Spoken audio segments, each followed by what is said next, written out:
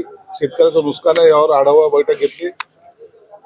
प्रत्येक बीडीओ असतील, तहसीलदार असतील, तलाठी असतील, यांना सर्वांना सांगितलं की तुम्ही सर्वजण साईड व्हिजिट ज्याला म्हणतो ज्या स्पॉटवर जाऊन व्हिजिट करायचे आणि तातडीने पंचनामे करायचे।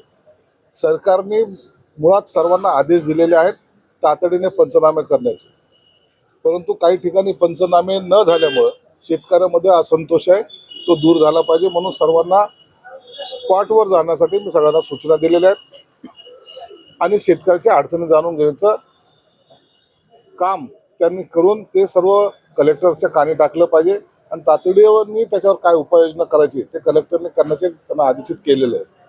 दुसरा महत्त्वाचा एक विषय होता तो आयुष्यमान भारत योजना आणि महात्मा फुले ची जी योजना आहे त्याचा खऱ्या अर्थानं शहरामध्ये किंवा जिल्ह्यामध्ये